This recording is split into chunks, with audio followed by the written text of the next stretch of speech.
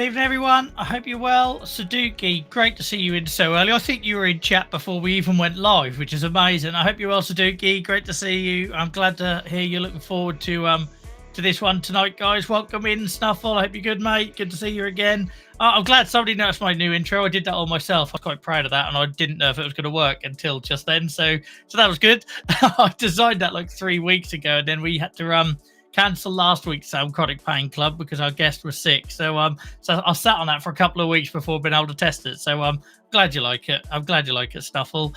I hope you're good, guys. I am streaming tonight. I'm well. I'm sitting here with a fever and viral infection that I've now had for 2 weeks, which is doing my head in. I've been off work for pretty much 2 weeks with it. And I feel awful, but we're here tonight, guys. So thank you for joining me. Thank you for supporting us and supporting the show. I'm really conscious that we try and keep the momentum going on these because we've got an awesome December lined up with starting with Rebecca tonight, and then we've got Assistant Professor Dr. Rachel Sommer joining us later in the month, which is going to be awesome. Seriously, you can't miss that one, guys. She's a medical professional I spoke on a stage with in Italy, and she just blew me away hearing somebody in the medical profession talking about a person-centered approach, making people part of the decision-making. To hear a medical professional and researcher talking about that is amazing, and we're very lucky to have her to agree to come on the show. To look out for that one later on in the month. And then we also have the Ian Taverner Christmas cook along. It's at the 17th of December. I really should have these. I'm terrible at promoting this. 17th of December, I'm pretty sure it is. Well, I'll be coming to you live from my kitchen, which absolutely terrifies me. We're going to be doing a really easy recipe, sort of naughty Christmas dessert kind of thing. We'll be sharing the recipe and the ingredients list and the equipment list in advance. So if you guys want to join us, you can. And anyone who isn't aware who Ian is, he joined us on the show earlier in the year. He also goes by the name of Mr. Cookfulness, and he uses cooking as a way of coping with chronic pain, and he basically tries to inject a bit of fun back into cooking for people that have maybe fallen out of love with it because of how difficult it can be. You know, many of us with arthritis and things like that find dexterity in using our hands difficult. So he's got lots of cool ways of making it fun. He's a big sort of proponent of using fresh chopped frozen vegetables, stuff like that. Stuff that's normally like frowned upon, but for people with disabilities makes life a lot easier. So please do join us for that one, if nothing else just to give me moral support from the stands, because I'm terrified of the thought of doing a cook-along. I'm not looking forward to it. So yeah, guys, apologies, I'm going to be a bit croaky tonight. I'm going to be a bit nasally. I also probably have got bags bigger than supermarket bags under my eyes, because yeah, I've just had a rough couple of weeks with this viral thing, but hopefully it's on its way out now. And spending time with you guys always makes the day go a little bit quicker, and it's a nice sort of like happy end to it. So I'm looking forward to hanging out with you guys today. Very much looking forward to speaking to Rebecca. I hope you guys have been well. How have you been doing, guys? How's your week been? What about the week ahead? Is anyone thinking about the C word yet? I haven't put my decorations up. I'm going to have to give in at some point. I always do this thing, not until December, and we're now in December, and I don't think I can fight off near cheeks any longer on that one. So yeah, anyone else feel prepared or completely just ignoring it, burying their head in the sand like I am at the minute? That's the thing with chronic illness, you never know what tomorrow brings, and I think that's the bit that I fear. Like, I could go out and be all super organized, but then that wouldn't be me, I guess. Dancing to it here. Awesome, Sadiq. I'm glad you like the new intro. It's amazing what you can do with Canva. But yeah, I was quite proud of that. One. I thought I needed something. I'm going to probably use it at the start of the edited videos as well, just to give us a bit of a start, so they don't just go straight in at the talking bit. But I hope you're well, guys. Any other admin to tell you about for anyone that's joining us? Because it's obviously been a couple of weeks. A reminder that you can join us over on our Discord. One of the mods or something will put a link in chat to where you can find us on Discord. Please do join us in there during the week. That's where we, our community sort of talks when we're offline. We have people playing computer games in there together, talking about food and music and books or whatever else it might be. So if you use distraction and escapism or want to hang out with people that just get it, then you can do that over in our Discord. If a link doesn't appear in the next couple of minutes, I'll find one before the end of the show and stick it in chat for you guys. Or you can just click my links wherever you follow me, Instagram, follow Facebook, etc. There'll be a link there somewhere to our Discord in my link tree or whatever, so you can find it there. But any other stuff I've got to tell you about? I don't think so. So I'm also now getting around to booking some guests for February, March. We do have some people booked in for March, but if anyone's watching this, thank you, Nia, you're a star. If anyone's watching this that thinks they've got sort of lived experience, sort of chronic illness story to tell, or are doing amazing things in the advocacy space, or whether you're a medical professional or a leader of a patient organisation and you want to come on and share your good work, we exist here on the Chronic Pain Club to create a platform for other people to share their stories. There's only so many times I can tell mine before it gets very boring and loses its effect. So the whole point of the Chronic Pain Club is to bring people on to share their stories and to hopefully raise awareness, or at the very least, we send somebody away that day who feels like it's not just them or they're not alone, etc., etc.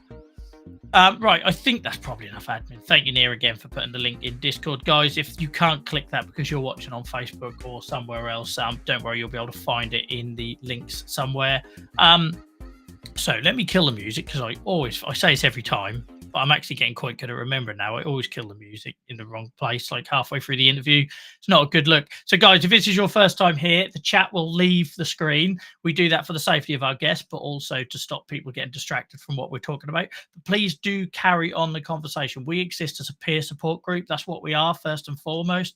We are a peer support group. And you will see, if you're watching on YouTube, you can see many of the people on chat on screen at the minute. I've got a little YouTube logo next to the name. YouTube in particular, that conversation carries on throughout the interview. I will feature the best comments on screen.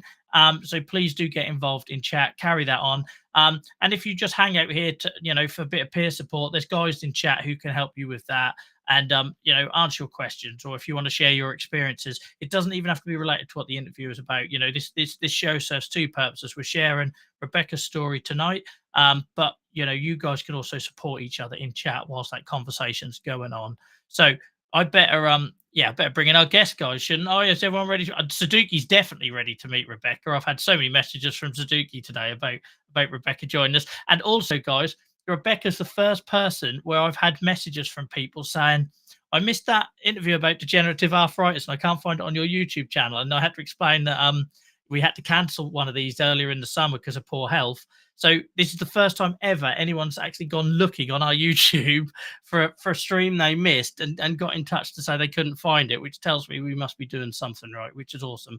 So I'll drop chat off now and I will find all the buttons that I need to do. So guys, on this International Day of Persons with Disability Day, which the United Nations describes as having the aim of promoting the rights and well-being of persons with disabilities in all spheres in society and development. I'm absolutely delighted to be joined by a lady whose attendance on this show is very long overdue, as I mentioned earlier. Please give a very warm welcome to patient advocate and busy mum, Rebecca Kudyk. How are you, Rebecca? I'm good, thank you. I'm not going to lie, I'm suffering a bit in this cold weather, but no, it's really good to be on. And as you said, long overdue. So we are a chronic illness channel. If we didn't facilitate people having to be flexible and move things around their health, then we wouldn't be very good at what we do. So that's not a problem at all. But thank you for joining us. Obviously, I know a little bit about you from social media and other places where we've interacted. But for anyone that maybe isn't familiar with who you are, do you want to just give us a little bit of an overview, and then we'll get into things like diagnosis journeys and that? Yeah, no, of course. So I'm Rebecca Kudyk. I'm 34, very nearly 35, so sort of clinging on to my early 30s. Well, it's not really, 34 is not really early, is it? But anyway. I'd class it as early. As a man who's nearly 40, I'd absolutely class it as early 30. Yeah, well, so basically I have had aches and pains for as long as I can remember. And I was about 8 years old, and I remember crying on the worktops just in absolute agony. And I'm 6'1", so I've always got shunned off as having growing pains. So it's been for a long, long time. I've got two little boys. I've got a 4-year-old similar to your son's age, Joel, and a little 6-month-old baby. So it's been a real challenge, obviously, adjusting back into the newborn life, let alone with all of my medical issues. I also work full-time in the city. I'm a conduct risk specialist. Normally when I say that, people go, oh, how boring. But it is actually quite interesting. I like to think that my job is to make life better for customers at the end by helping companies do their jobs better and conducted themselves better. So I like to think I'm a good Samaritan. I'm also a trained counsellor. I trained for a number of years following a long battle with my own mental health. And I found that a really good coping technique for me was to actually learn the trade, learn the actual industry and apply those techniques to myself in everyday life and sort of help other people as well. So I have sort of two strings to my bow in terms of sort of my day-to-day job and my real passion, which is the advocacy for both mental health and obviously physical health as well. I've got my Instagram page in the chronic illness space, which I try to keep updated and share, impart my wisdom as much as I can. So that's me in a nutshell, really. Oh, that's amazing. And there's already something there I didn't know about the mental health training. So yeah, that feels like something we should come on to. But I can absolutely sympathise with you, Stan, about the whole, being a newborn mum and that again, because I was literally saying to my wife the other day, now I've got a 4.5, well, nearly 5-year-old. I've never felt so far away from wanting to be back in that newborn. So I've just got comfortable and memories have just started to fade. And so yeah, I wish you well. Baby in the dark ages, because so much has changed. So yeah. Yeah, scary job. You're doing great, and you look really well for us well. So, yeah, it must be working for you. So, do you want to? I know there's a lot going on in terms of you've got multiple conditions. I think that's fair to say, isn't it? Do you want to maybe walk us through how those presented? Because I know one in particular, you sort of got quite young for the condition it was in osteoarthritis, I believe. Do you want to maybe just walk us through what that looked like and how that presented and everything? Yeah, cool. So obviously I briefly touched on it in the introduction that from as young as I can remember, I remember being in a lot of pain. And because of my height, it was very much shunned as, oh, well, it's just growing pains. It's just growing pains. So I left it and left it and left it. And I remember I used to work in Morrison's when I was at uni as a shelf stacker. And I remember going to the bottom shelf and not being able to get up and my knee sort of locking. And I just was like, this doesn't feel right. But the doctors have said there's nothing wrong with me. That's fine. Got to about 25, I was in more and more and more pain. And I got a job that had private insurance. And I thought, do you know what? I'm going to go and get this checked out properly. Had an MRI on both of my knees and they found that I had grade 4 osteoarthritis. So effectively, all of my cartilage is gone. There's nothing left. Also, the joint that my kneecap runs through is completely flat. So I used to get the joint slipping off and dislocating quite often. So 10 operations later, I am now waiting for a double knee replacement, but they won't go near me until I'm at least 40 because obviously there's a short amount of years. I think it's like 10, 20 years that they're actually effective and they'd have to redo it again. So I think it's about prolonging my life without having to be in a wheelchair, and almost I've got to keep living to the point, where it's so unbearable I have to have the knee replacement. I think is the place now. Unfortunately, I haven't had any support from the NHS. I've had to do all of this private, and I know that a lot of people don't have that luxury. So I can understand that a lot of struggles are going to be different from mine, because I didn't have the access to the NHS, so a lot of people else aren't.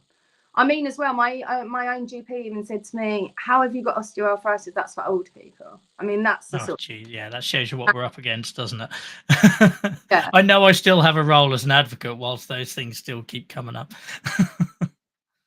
But as well, from the 10 operations, I then got diagnosed. I went through all the rheumatology routes, and I'm not sure if people are aware, but fibromyalgia is more of a diagnosis of elimination.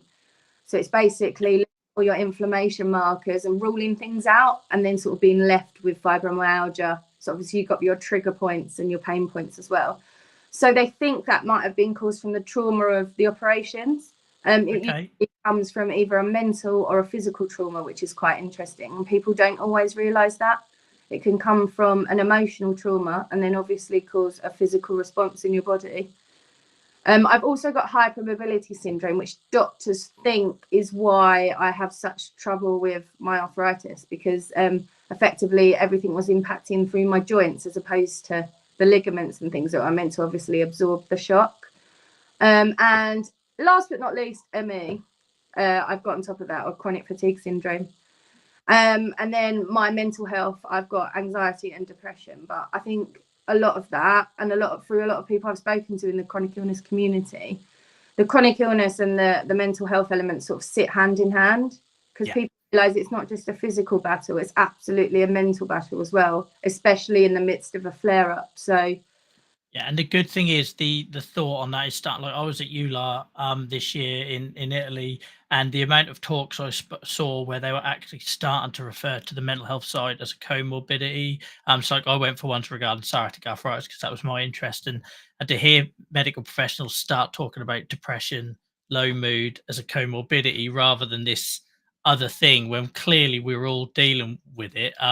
That reassures me, because once it starts getting classed as comorbidity, you'd like to think research and resources and development will happen in that area. So yeah, I'm sorry you experienced all that, and like the fatigue thing must be massive. I've got one condition and my fatigue is crippling. Like, however, your body must be working so hard with the osteoarthritis and the fibro and all the other stuff going on. It must be absolutely exhausting. So what sort of role does that play? Because often people talk about the damage and the pain, but what sort of role does the fatigue play?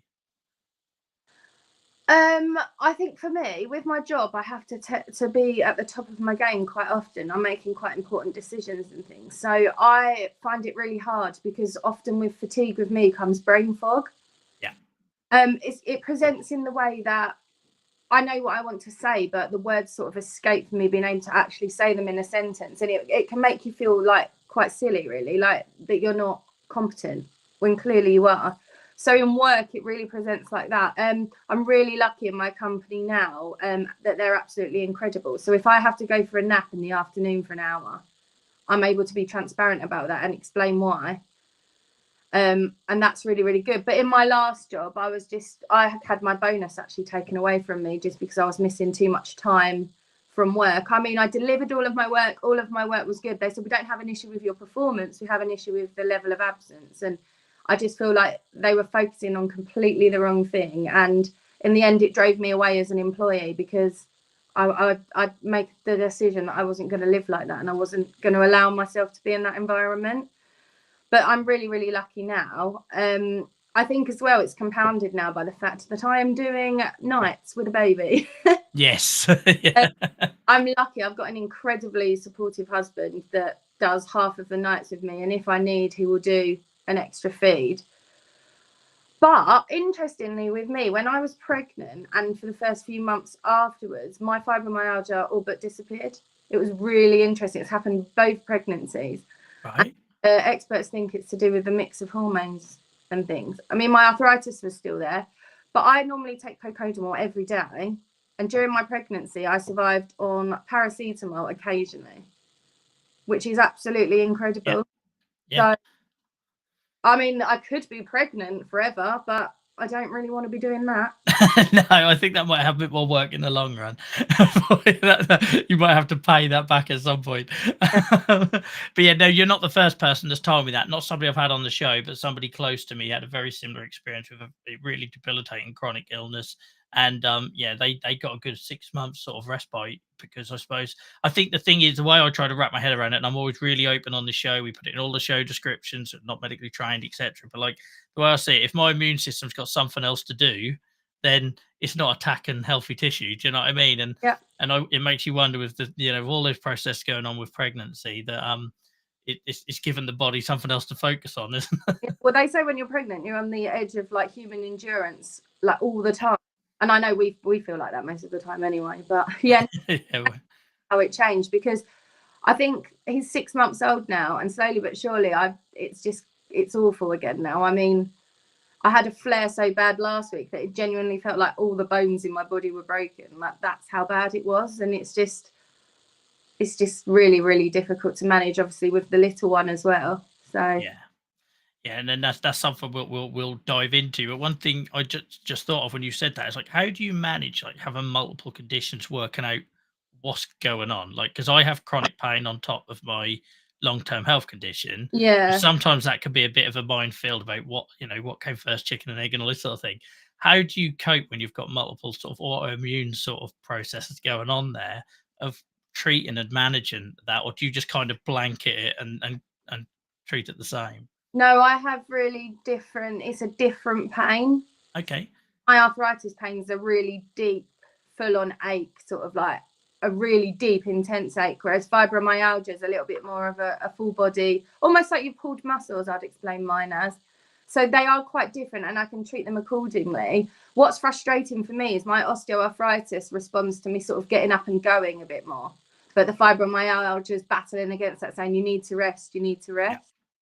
Yeah. So I tend to go with whatever the pain is that I feel most predominantly, is whether I determine whether I need to rest or whether I need to like do a bit of exercise. A bit of walking really helps me. I walk my oldest to school every day, and that just that little, it's a mile each way, and just that little bit of walking has completely transformed my pain level and how I feel.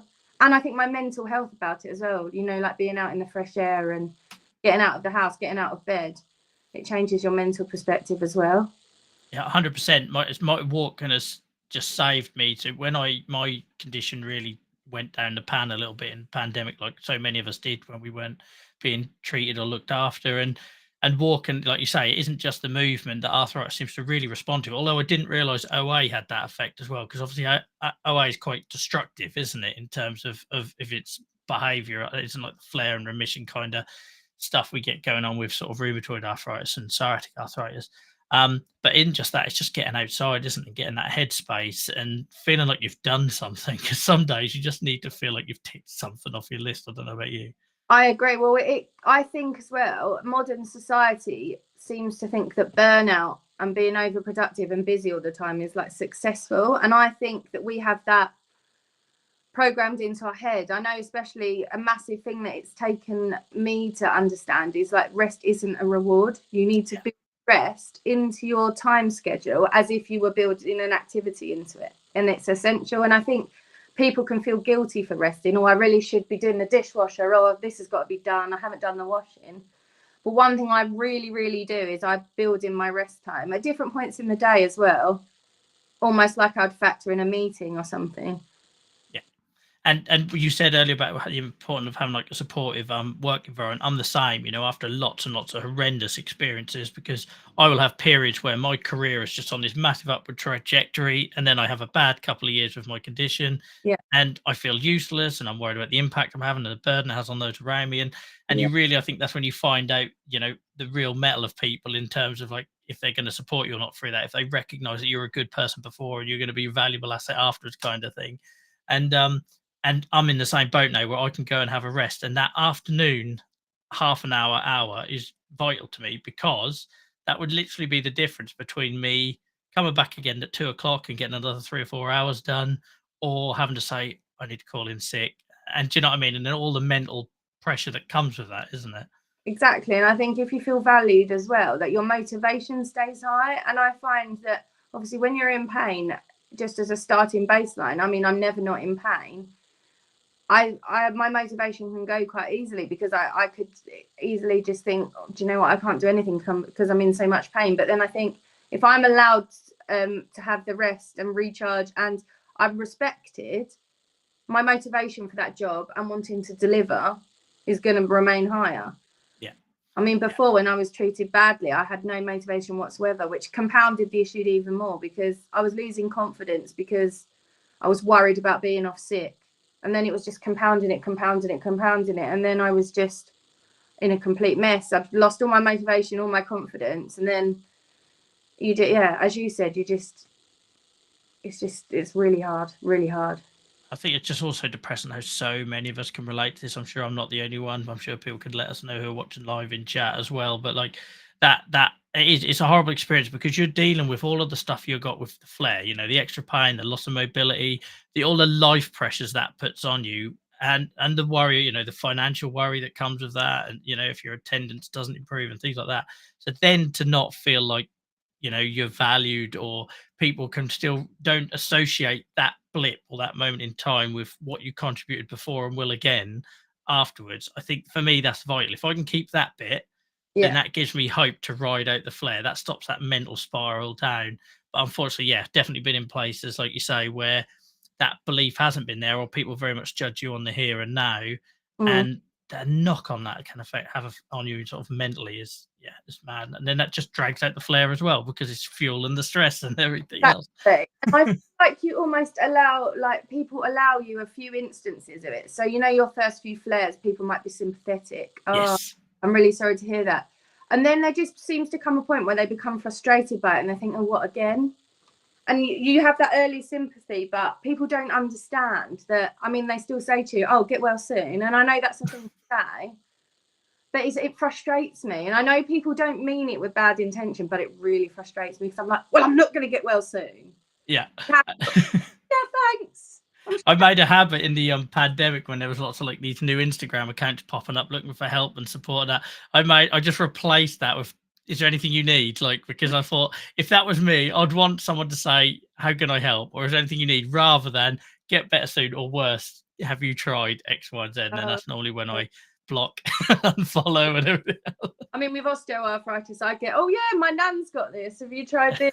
Taking these like amazing turmeric tablets. And like, I'm not saying turmeric tablets don't help, but it's just the unsolicited advice is just.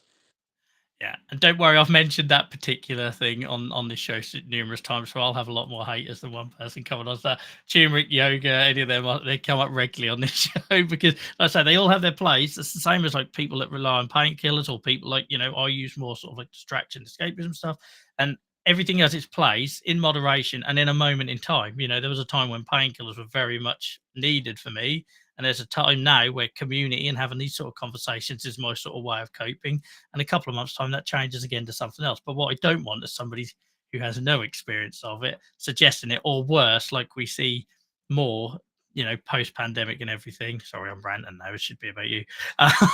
It's them ones where it's kind of like people that you thought were in our community that are now making those suggestions. You know, they're the ones that hurt me the most. Like, if I've got an ignorant friend or work colleague that'll say, oh, have you tried? Then I can let that go, and I can explain to them why that might not be the nicest thing to say. But when you've got somebody that's living with these conditions and then trying to promote and sell, and that, they're the ones that really sort of upset me. So yeah, we've got a minefield inside and outside of our own communities. And it's when it's as well, you know, you just haven't asked for it and you're just bound. So yeah, very interesting. Yeah, so yes, challenge. So in terms of like, so we talked about like you've got the multiple conditions, and you know, you've got ways of trying to manage those differently and that sort of thing, in terms of finding out, you know, you can recognize the different pains, everything, which is good. How much of a part, before we get on to pregnancy and babies and everything, how much of a part do you think like resilience and stuff like that plays, like in terms of your, you know, you have an ability to cope with your pain or the fluctuations of it? How do you sort of manage life events and things with your condition? Because I imagine that must be a challenge. Yeah, so this has taken me years to master, and I'm by no means 100% perfect on this, but for me it was a shift of mindset from perhaps more of a victim mentality. Why is this happening to me? I can't cope, this isn't fair, to thinking, hang on, I need to accept that this is what my situation is. It isn't great, it's not fair, but I need to choose to live well with this condition. And for me, I try and break it down into days. So another flippant comment by a doctor said, oh, you'll probably have to be in a wheelchair by the time you're 50. Okay, so that has stuck with me. But instead of going down that minefield of spiraling and catastrophizing, I very much focus on a day-by-day thing, or if I need to, an hour-by-hour plan. So it's just a mentality of, okay, I'm not going to let this beat me. I'm going to get through each day. And also pacing as well, pacing myself. So if I go out in the evening, I won't go out in the morning, and vice versa. And for me, having that attitude shift from why is this happening to me, like I can't cope, to this is a bad situation, but I'm going to deal with it, and I'm going to deal with it in this way, that was game changing. And like I did that through, personally for me, therapy worked really well, and through CBT as well. And a lot of work on my emotions and thinking about what triggers my emotions, then the resultant behaviour. So how can I nip these emotions in the bud, or recognise that I'm starting to go down the road of that victim mentality, and then move on to actually think, okay, I need to turn this into a positive action. So what can I do? Can I have a bath, do something calm like that? Or do I need to go for a walk, something exercise? Or do I need to listen to a meditation? Or anything like that, go and play with my children. And having that thought and that ability to stop and think, hang on, I'm going down a bad road here. I'm starting to get into a mental health viewpoint and a mindset that is not healthy for me right now. I'm going to do this. And please don't think that I've got this nailed. I go down that victim route still very much, and I will go and cry in my room and just think, why is this happening to me? I'm 34. Like, this isn't fair. I've got 2 young kids. It's really hard. And I think that's normal. I think you've got to allow yourself to have the bad days, because you can't pretend to be positive all the time. That's not realistic. But I think it's about just learning about that mindset and recognizing it, so you can allow yourself to have the bad days, but you can also be like, right, okay, come on, I've got to pull myself together and get back to sort of planning and getting on with things and scheduling in your rest and scheduling in your pacing. And don't get me wrong, people say, oh, I do pacing. Like, I get my pacing wrong all the time, and I'm cream crackers, and I come in and I was like, well, I've overdone that. Taking loads of my spoons from tomorrow, I'm a bit screwed. So I intentionally stayed quiet through all of that because you were making so many good points. In my head, I'm thinking, I'm clipping all of this.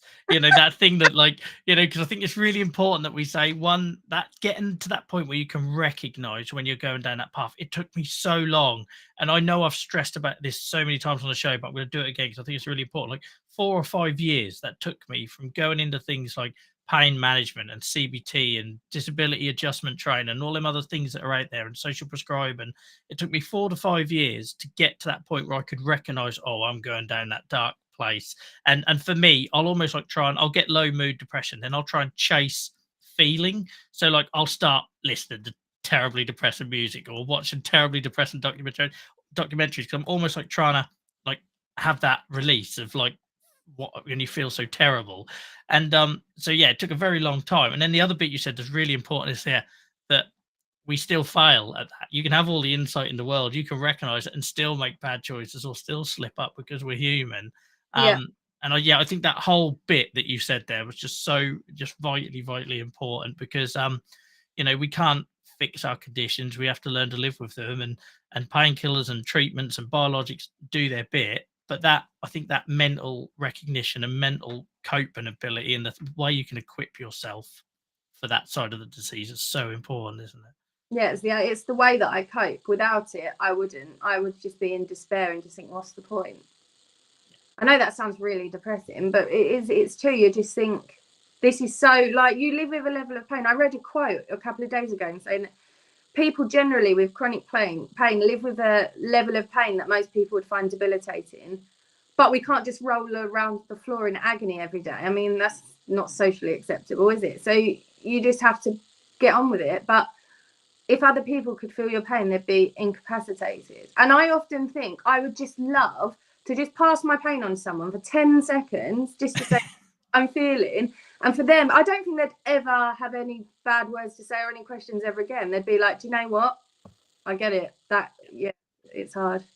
I had a very strong disagreement with a charity a couple of years ago. They'd done a campaign around the portrayal of chronic pain in the media. And they wanted to do a film that involved, someone rolling around in bed. And they said, why, how can we get more portrayal of chronic pain in media? And my view was, you're looking at it completely the wrong way, because you and I sitting here, I'm sitting here with a virus. It feels like someone's squeezing my brain into their fist. At the minute, I've got this cracking headache. You're sitting there, you got kids and all your multiple conditions. So this is what chronic pain looks like. This is, and we function and we find a way.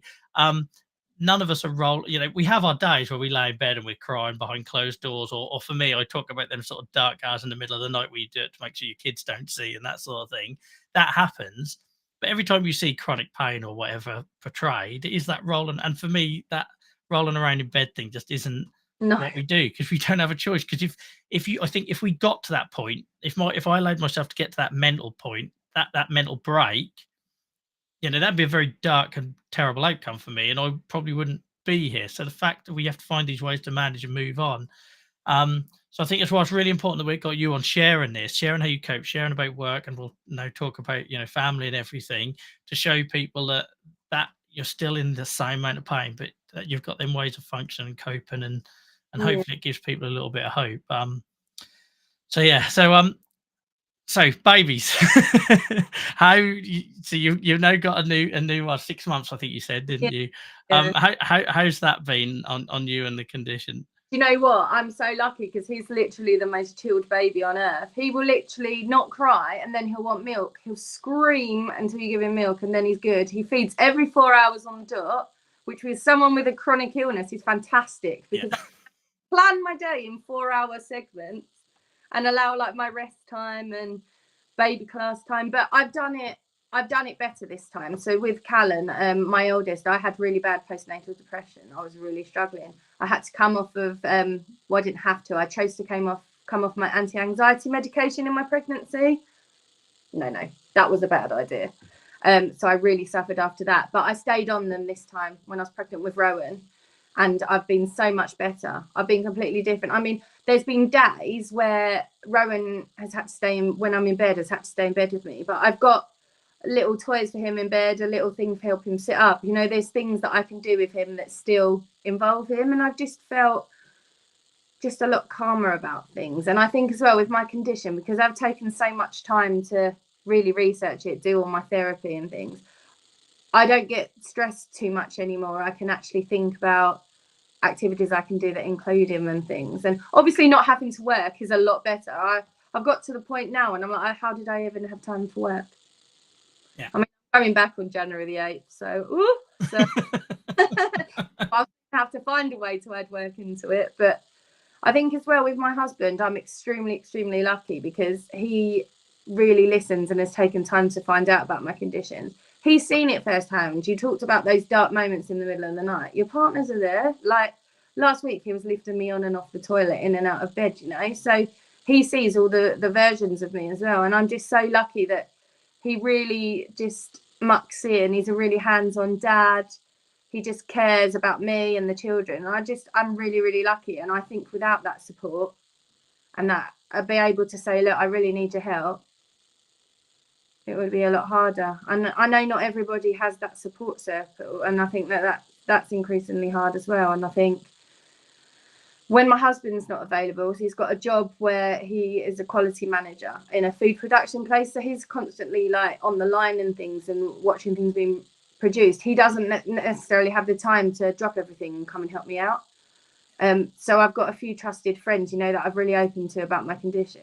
And I think asking for help is so important. I think you can lay in bed and think, oh, they're going to think I'm a bird and they're going to judge me and think, well, why isn't she able to pick her son up or whatever?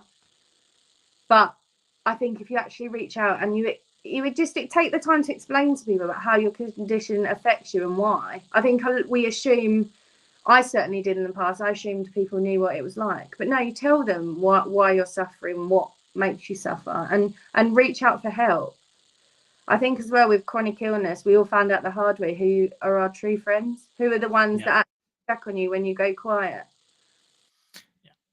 And I feel like at this point I should point out that all of our guests are amazing sports and come onto the shows without any pre-prepared questions. Like we know what topic we're going to talk about, but we try to keep it as like free flowing conversation. But the reason I say that, Rebecca, because everything you just said in that last answer is pretty much messaging that we put out on here every single week. So it was like the most perfect answer. So the vital, you know, that recognizing the support group and the value of that and the role it plays in between all the appointments. And let's be honest, the appointments are rarer than ever now. Well, they are here in the UK, and it's such a valuable thing. And it's one of the things our peer support, you know, project, whatever you want to call it, we campaign for, because with the thing like the advent of things like patient initiated follow-up and, you know, appointments getting less and less and relying on people to ask for them, you know, if you've got that support network, like I'm sure there must have been times when your husband's probably intervened or whatever and said, you need to get help, or have you gone to, I know my wife's doing it all the time, like get to doctors when I maybe wouldn't go. And so I don't know, do you feel like, would it even work for you without, I know it's hard to imagine sort of like a what if, but would that even work? How would that work for you if you didn't have somebody sort of like supporting you, pushing you towards help? Like where would you go for that help? Well, what's really strange is I'm literally the administrator of our life. Like I do all the bills, I do all this, everything, the food shopping, everything. But when it comes to my chronic illness, my husband's, he literally, you almost don't recognize it yourself. And he's very much like, go to your mum, ask your mum for support, go and ask your friends to pick your kid up from school. And another really, really, really important thing, I can't emphasize this enough, is if people aren't adding value into your life or are not understanding your chronic illness or causing issue, it's really important to try and cut those people from your life, because I've done that with a couple of people recently, and it's just very, very hard to keep up the friendship with people. I mean, I've had one friend say to me, it's really difficult having you as a friend with chronic illness because I want to do something and then you end up cancelling. So it's on them. And I understand it's difficult for them, but I think it's almost a disclaimer when you have a friend to say, look, these things are going to happen on occasion. And I've got so many great friends as well, like who understand when I cancel last minute and I can't do things, and they don't judge me for it, but quite a few that don't either. So I think as well as having that support network is vital, it's also it's easier said than done cutting people out. Trust me, I'm not going to make it sound easy. But people that, I think as I get older, people that don't add value to my life, I'm like, what am I doing? I think you entertain it more when you're younger, but now I'm just like, no. Yeah, I could totally relate to that. And I think the only caveat I give myself on that is, like, if I haven't let people in, then I cut them some slack, because I definitely went in my younger years, I hid it, especially when I was playing sport and music, and I didn't want to be judged on it. And but I think for those people that have known me for years and seen the worst of me, seen me in that hospitals, etc., then there is no excuse. Especially that is my biggest gripe, that whole canceling it and making it about them, making that sound how they're disappointed, as if we're not, as if we've just bailed for the fun of it. But yeah, I think as well, I learned a lot through the pandemic about picking my battles, because like you say, I think when you're younger, you entertain that stuff a lot more. And in the pandemic, I found myself people that were commenting on my absence or my my attendance at work or the risk that might put on my family, and I'm well aware of these things. And I used to sort of be a bit like a Jack Russell and just keep going back and forth. And now my way is rather than sort of cutting them off, I just don't engage. I've got so much better at that. It's taken a lot of therapy and CBT and stuff like that. But now it's just because my instinct is to defend and fight. And I guess that's why I'm an advocate sort of thing. But I'm getting so much better at not engaging. And all right, you might spend a minute where you have to breathe, don't reply, don't say nothing back. But the energy that you then get back in from not having that to and fro. And then I find if they're interested, they'll stick around. If they won't, they'll move on, and I'm cool with that. And I obviously think it's the how much impact they have on your life. So if it's someone at work, obviously I'm able to sort of bite my tongue a little bit, but ones that I was talking about in those examples were friends that I've had for years and years and years, perhaps friends that served me well during my party days, when things weren't so deep. And also your lives naturally move in different directions as well, but it's like firefighting about your condition, and feeling all of that guilt. I mean, we can all relate to guilt with our chronic conditions. If you've cancelled, why then do you have to sit with guilt about how you've made the other person feel because you can't do it? And then it's guilt. You feel guilty enough, don't you, cancelling? And you feel sad and you feel disappointed, and you've got that fear of missing out, and you think, oh, am I going to be asked to come out again? Am I going to lose this friendship? And then if someone tries to make you feel bad about it, it's just compounding the guilt. And I really struggle with that even now. I get a lot of anxiety around cancelling and things. But I can advocate for myself really well at work. I'm fine with that. But when it comes to sort of closer emotional relationships, I'm less confident. It's really funny. Yeah. So and I think the bit you said that resonated with me, and I don't know about anyone else, but that's you said, naturally our lives move different directions. They do. You have family, you have kids, and we've all got those friends that don't do that, and then they still expect you to be able to go till 3 o'clock in the morning, drinks and this sort of thing. And I think where I struggle with that is because having a long-term health condition like you from a very young age and everything, this is one constant in your life. So then I find myself having not a lot of tolerance, because this has always been me, this always will be me, that bit of me is not going to change. So I then really struggle when people don't accept that or want to work with it, because I have no choice, you have no choice, and it's just always going to be there, isn't it? But yeah. And I think it plays into that point I made earlier about that people will be tolerant about it the first couple of times, but then it just gets to a point where certain people become frustrated and make it about them, and they don't actually think at the end of the day, nobody feels as bad as cancelling as I do. Like, I'm missing out on this as well, you know. It was a plan I clearly wanted to do, otherwise I wouldn't have made it. And now I'm not able to do it. So, like, it's just as hard, if not more, on the person. Yeah, and that first few times, it's so true. Whether that's work or social events, it's just like how quickly it can go from sympathy to inconvenience for them. Yeah. as if it's not destroying, like soul destroying for us as well. Yeah, that is such a common thing. 2 or 3 instances, and then that's it, gone. Yeah. And out the door. And I don't know if you get many infections with sort of our treatments like I do, like, because I get a lot of viruses, infections. And when it's like a virus like I've got now, there is nothing you can do. If you've got no fever or whatever, like if it's not obvious that I've got a chest infection, like they can't give me antibiotics. What are they targeting? Nobody knows with a virus. You just feel awful. And you'll get the comments like, oh, you got one of them again then. Or that come back again, did it? As if it's like, no, this is always going to be a thing. This is a cyclical thing that's going to happen every winter. I've now got a 4-year-old just bringing everything home into the house. And there's no like coincidence that my infections have got worse since becoming a dad. I don't know if you've had a sort of similar experience or if it even applies to you. But, trying to explain to people that is just a thing. That it's like the flares. They're going to come back. It's not because I did anything or I didn't fix it properly last time. But I think the trouble is people are so used to that sort of like triage approach, aren't they? You break something, you fix it, and if you do it right, it's not a problem anymore. And that doesn't apply to us. Currents, people seem to have a problem with. But you had a flare up a week ago. You got another one? Yes, these are timer, like, especially in this weather. If there's any sort of change of weather, or now when it's really cold, I can really feel it. I mean, my husband jokes and said, my knees know when it's raining. Like, oh, is it going to rain? Just ask Bex's knees. So, but really, it's true. It's true. Yeah, no. So we get lots of people saying, I don't have that so much, but it's my skin, my psoriasis knows when. But I think that's just because it's colder or whatever, it dries or whatever. But yeah, we get lots of people on there talking about being sort of like weather people because of what their joints are doing a couple of days before. I mean, got it wrong. We all need to go and live like in Australia. I mean, the UK is a terrible choice for weather, isn't it? Yeah, I actually had my rheumatologist told my parents when I was younger about if we could consider moving to Spain, that would be good for me, which wasn't really an option when you got 4 kids and, not exactly sort of well-off family or anything.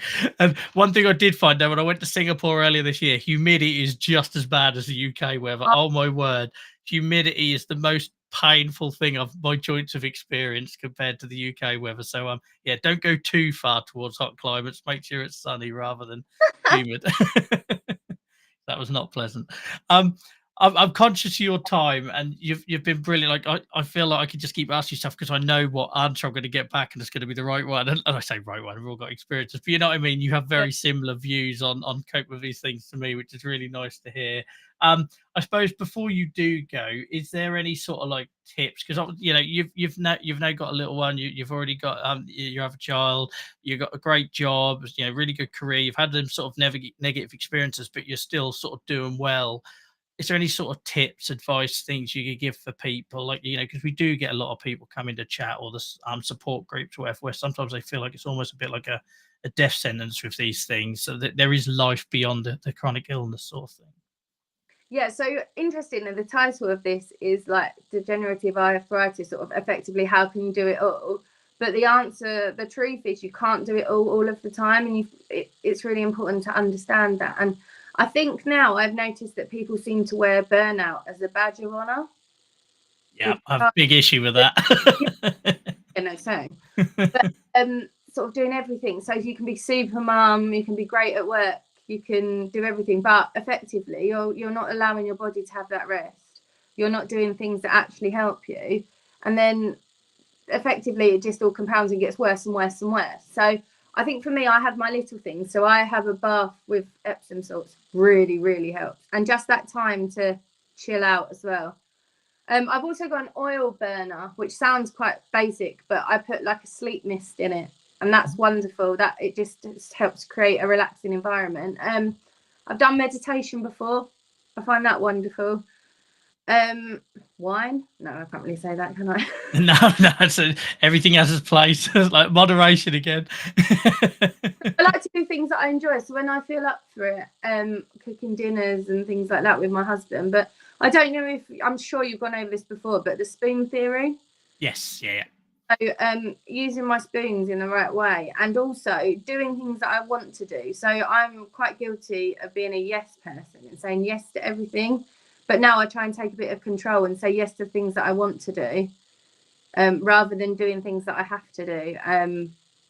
That I don't have to do, but that I feel almost forced or bound to do. So I think doing that as well, and spending time with people that fill up your cup, like 100%. And then also having that time on your own. I mean, I'm really lucky with 2 children that if I need to, I can go and spend an hour in bed because my husband will look after them. But I think as well is not being afraid to ask for that rest or advocate for that yourself to get that rest. So, and it doesn't, I was going to say as well, it can just be those simple things, because I describe living with chronic pain as noise. It feels like noise. It's like having someone in your ear. And my wife will recognize those days where I just need to go up and have a hot bath. I use salts as well. I put a playlist on, either it's like a piano music meditation thing. Sometimes it's just a podcast, so I can get lost in an audio book or whatever. And I don't know about you, it just for that hour or 45 minutes, you just switch off a bit from dealing with that noise. And then you're in a better place to deal with it again afterwards. It doesn't fix anything, does it? It just gives you a better sort of starting off point. Pain for an hour, don't you? Yeah. And also I feel like I should say about how we talked about earlier, any of them people that are saying that they're doing it all and winning at life, it's a lie. I absolutely do not believe that them people that have posted all that stuff and saying, oh, I got the job and I got the kids and I got all this amazing stuff and I have no setbacks. That I can't stress that enough, that you are getting a very filtered, one-sided sort of view of the story, because you and I have had those similar experiences where you do break, or you need that mental health support and that sort of thing, and frankly portraying only the good side of it is really dangerous. So thank you for sharing them bits as well, because I think it's really important that we caveat that you can succeed, you can do well, but it does also have its bumps in the road, doesn't it? But allowing yourself to have those bumps as well, and not punishing yourself for that, and just think, okay, this is part and parcel of it. Today's a bad day and I'm just going to accept it's a bad day and I'm going to do my best on this day. I mean, someone said once, if you've got 40% energy and you do 40% of what you need to do, that's effectively 100% effort, isn't it? So yeah, I had a CBT guy say exactly the same thing. He talked about university grades, and he said, like, you can have 40% and that's a pass. And if all you've got is that, in you to do that, then you pass and you got 100% of what you want to do. And that was very good at reframing, because I was still judging myself from what I used to be able to do. And I think as well, with chronic illness, we forget that it's not just our bodies deteriorate or our joints deteriorate. Everybody gets older as well. And obviously I'm not going to be able to do at 39 what I could do at 20, but in my head, it's all my arthritis' fault. Do you know what I mean? And I've lost all that stuff. And it's really easy to forget that there is just, unfortunately, a natural progression of time as well. So yeah, it's a really good way of looking at it. I'm really conscious I've kept you longer. It's been amazing chatting, Rebecca. So thank you for giving up a little bit of extra time to stay with us. Where can people find you on social media if they want to sort of follow you or pick up the conversation a bit more? So I have a page on Instagram, as I mentioned, which is chronically then _ Bex, BEX. I post a lot of quotes on there. I do quite a lot of sort of Instagram versus reality, which is what you've touched on there. I did one even the other day where I put a beautiful picture of my Christmas tree up, and next to it there's just all these toys and myths, and I was like, okay, this is what it really looks like. And I tried to do that a bit more with chronic illness. So, yesterday I went to the zoo with my son. Today I'm in bed, to show those two sides. And I mean, obviously, if I'm lucky enough to be invited again, I would love to come back on here and do some more stuff with you as well, and anything that I can do. And obviously as well, if anybody wants to ask any questions to my page personally, I'm more than happy to answer any questions. And if there's any particular topics people wanted me to come back and sort of delve in more, I'm more than happy to do that as well. It's no problem at all. Yeah, that'd be amazing. And you're absolutely, like I say, you've given so many great answers. It's like hearing myself back. It's been awesome. Like, 'cause I don't know about you, like when you do the advocacy stuff, it is up. There is areas of contention, whether it's the sort of more the herbal or well-being kind of approach, or the best life filtered stuff, or like the other stuff that goes on social media, and every now and then you'll find yourself venturing into those areas and thinking, am I just wrong? So to hear somebody else sort of talk about those same sort of things, it refills my cup and reassures me that what we're doing here is right. So that was very much appreciated, just from a totally personal perspective. Sorry. You can pay me later, Joe. Yes, thanks. Yeah, there was absolutely no setup here, guys. This isn't like a stooge thing or something. Because the regulars on the show will know, and anyone listening to this back on the podcast will know how many times I've talked about distraction and dealing with pain and those bad experiences and support networks and resilience and just all those themes come up tonight. So yeah, it's just perfect. So you're absolutely guaranteed to be welcome back at any point when you'd like to rejoin us, or if you're doing anything in the future of your advocacy, Rebecca, that you'd like to tell us about, then yeah, please do get in touch. But for now, thank you so much for giving up your time. It's been a pleasure. Take care, everyone. Thank you. Bye-bye. Bye. Guys, I'll just bring chat back up for anyone who's got any sort of last thoughts. I'm not going to, I hope you enjoyed that, by the way, guys. I'm not going to go on long like we normally would. So anyone who's new to the show, firstly, welcome. Please do say hello in chat. We'd normally stick around for as long as people have got things to say, comment, share in chat, whether it's related to the interview or not, because we are a peer support community. I'm under the weather at the minute, so I'm keeping this to the hour. I'm not going to be doing anything sort of beyond this because I need to go lay down. You get an indication of how rough I'm feeling because my glasses are steamed up, whereas on this side, if anyone's noticed my glasses fogging, that's because my head is on fire. And hopefully I didn't ruin Rebecca's interview too much with my poor health. But guys, I hope you really point out. I always talk about on this show, I love how I know when we've got a really good interview because you guys go dead quiet. It used to happen on Twitch. If we had people in chat talking about what they were doing tomorrow or how their week has been or how something's hurting or whatever, which is absolutely totally fine. That's what chat's there for, lean on each other. But we always know when we get a really good interview because chat just goes dead quiet and everyone's listening. So thank you guys. I hope you enjoyed that. Neerji, thank you for sharing the Discord. Like I say, guys, that is kind of our server. It's not just, it has got a peer support bit in there, like where you can post your problems and get help from each other.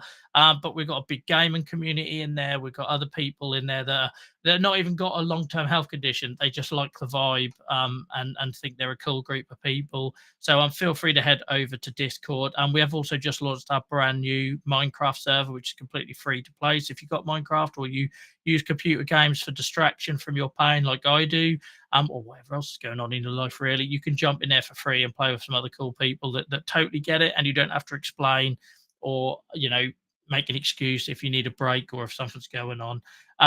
But yeah, like I say, and Rebecca's just put a comment say could have talked for a lot longer, and absolutely, and that is when I know when they're the good interviews, Rebecca. So if you're still listening, thank you so much. I had a similar one. Those you all know, we had Katie Pierres on, who's got RA, and we didn't even touch the subject we were supposed to talk about. We just went off on a tangent, and they're always the best ones, which is why we try and have the format fluid.